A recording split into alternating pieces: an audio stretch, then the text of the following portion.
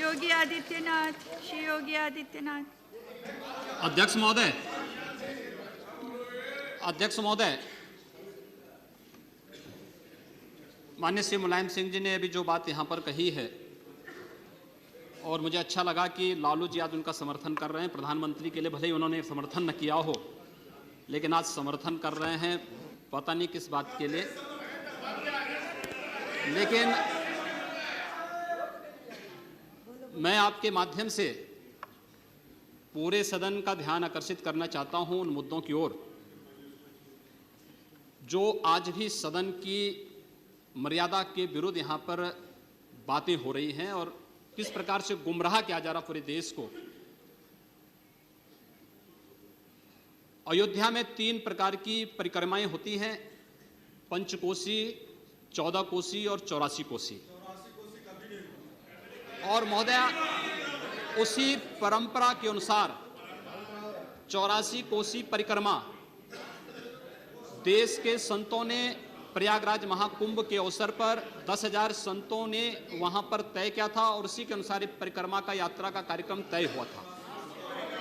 महोदय, मैं स्पष्ट कर देना चाहता हूं कि अयोध्या में श्री राम जन्मभूमि, जिस पर माननीय उच्चतम न्यायालय ने इलाहाबाद उच्च न्यायालय की खंडपीठ के निर्णय के बाद स्थगनादेश दिया है, उससे 25-30 किलोमीटर दूर बस्ती जनपद के मखोड़ा नामक स्थान से, जहां पर महाराज दशरथ ने पुत्रेष्टि यज्ञ किया था, उस स्थान से इस परिक्रमा यात्रा को प्रारंभ होना था और विशुद्ध धार्मिक यात्रा थी।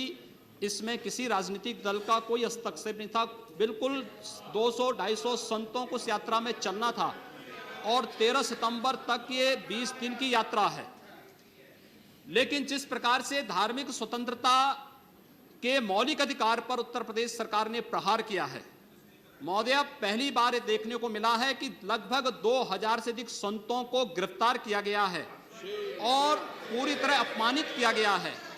यहां तक कि अयोध्या जी में सरयू जी का स्नान करने वाले जो संत ऐसे हैं जो केवल सरयू जी का स्नान करते हैं, उसी का जल का ग्रहण करते हैं, उन्हें वहां सरयू जी का पूजन नहीं करने दिया गया, स्नान नहीं करने दिया गया, जबरन उठा करके बंद कर दिया गया, उन पर लाठियां चलाई गई हैं, पूरी तरीके से अपमानित करके। सबसे पहले तो सरकार ने हमारे संवैधानिक और मौलिक अधिकारों का हनन किया है। दूसरा, जहां तक स्थगन आदेश की बात है, मैं याद दिलाना चाहूंगा, इस देश के अंदर सेकुलरिज्म के नाम पर राजनीति करने वाले उन सभी दलों को 1994 में कांग्रेस नेतृत्व की ही सरकार ने सुप्रीम कोर्ट में एक शपथ पत्र दिया था और ये कहा था कि अगर तय हो जाएगा कि अयोध्या में विवादित जो ढांचा था, वह ढांचा किसी हिंदू मंदिर या स्मारक को तोड़ करके बनाया गया है, तो हिंदू भावनाओं के अनुरूप कार्य होगा। आखिर यह साबित हो चुका है। अयोध्या में 30 सितंबर 2010 को इलाहाबाद उच्च न्यायालय की लखनऊ खंडपीठ की पूर्ण पीठ ने जो फैसला दिया है, उसमें तीनों जजेस ने एक स्वर से कहा है कि विवादित भूमि ही राम जन्मभूमि है, और जब विवादित भूमि राम जन्मभूमि है तो फिर उसके लिए कानून बनाने की मांग इस देश का संत समाज कर रहा है, कोई पाप नहीं कर रहा है। हम अपने हक को मांग रहे हैं और हम यही मांग कर रहे हैं कि अयोध्या में राम जन्मभूमि पर भव्य मंदिर का निर्माण होना चाहिए, कानून इस सरकार को लाना चाहिए, क्योंकि सुप्रीम कोर्ट में शपथ पत्र कांग्रेस नेतृत्व की सरकार ने उस समय दाखिल किया था और उसी क्रम में हम मांग कर रहे हैं। और संतों को उनके हकों से वंचित किया जा रहा है, उनके धार्मिक यात्रा को प्रतिबंधित किया जा रहा है, उन्हें अपमानित किया जा रहा है। और किस समाजवाद की बात मुलायम सिंह जी कर रहे हैं, किस संविधान की बात कर रहे हैं? ये समाजवाद है। स्वयं राष्ट्रीय अध्यक्ष हैं, इनके 2 भाई महासचिव हैं, इनका पुत्र प्रदेश अध्यक्ष है।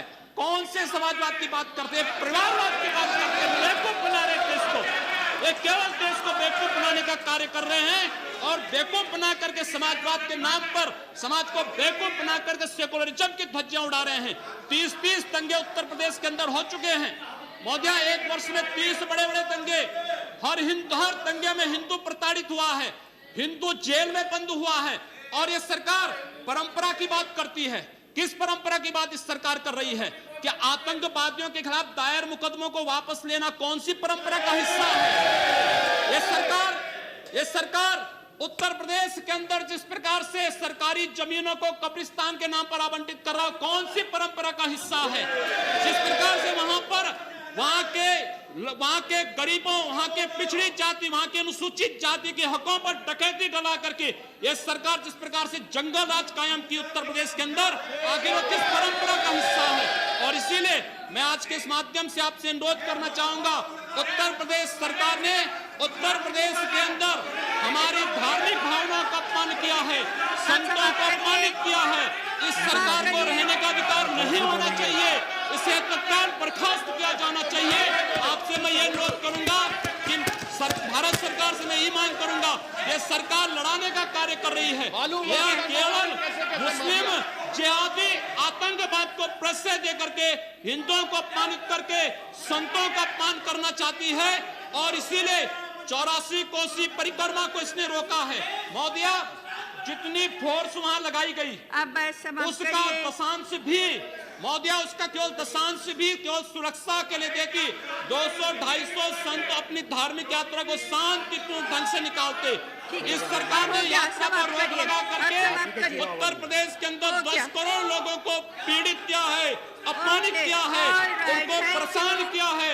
और यही नहीं, यह सरकार लगातार हिंदुओं को अपमानित करने का कार्य कर रही है।